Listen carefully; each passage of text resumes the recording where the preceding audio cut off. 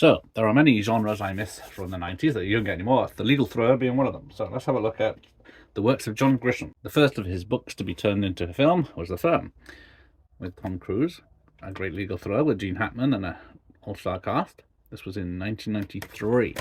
Now, I was not a fan of Tom Cruise, and then I saw this film in the cinema, and then became a bit of a fan and began to appreciate him more.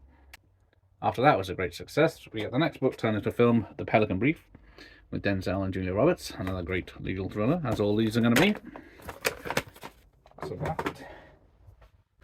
you got those two in 93. Then in 94 you get The Client, which I've either dreamt or imagined or something. I could have sworn I had it, but I can't find it.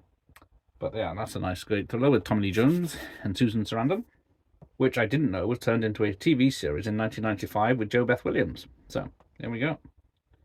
And then in 1996, probably my favourite of his films.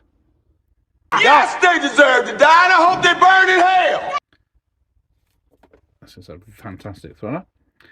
Again, if you see, most of these are 15s, or well, 15s on release. Then in 1996, the last one I have on VHS is an ex rental of The Chamber.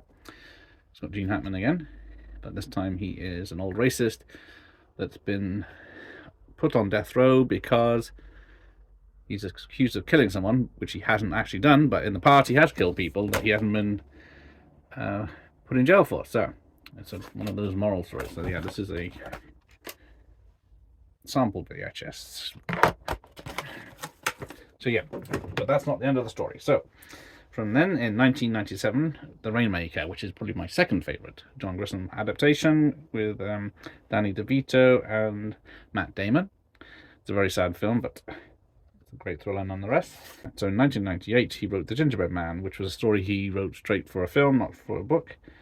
And that had Kenneth Branagh. I think it was directed by Kenneth Branagh, but it was a very basic, not very interesting film. So it took 5 years before his next film, which was a TV movie called A Painted House.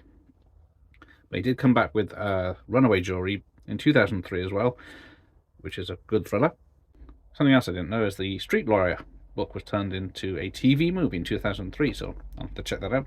He did a baseball film in 2004. He wrote called Mickey. People may know a Christmas film he has done, which has nothing to do with lawyers. Christmas with the Cranks, based on the novel Skipping Christmas. So that was released to the cinemas in 2004. He did the Firm sequel TV series in 2012, which I only watched the first episode, but it wasn't that good. And then in 2018, he did another TV series called The Innocent Man, which I didn't know about. But maybe I'll have to check that one out. There we go. Thanks for watching. Here end of the lesson.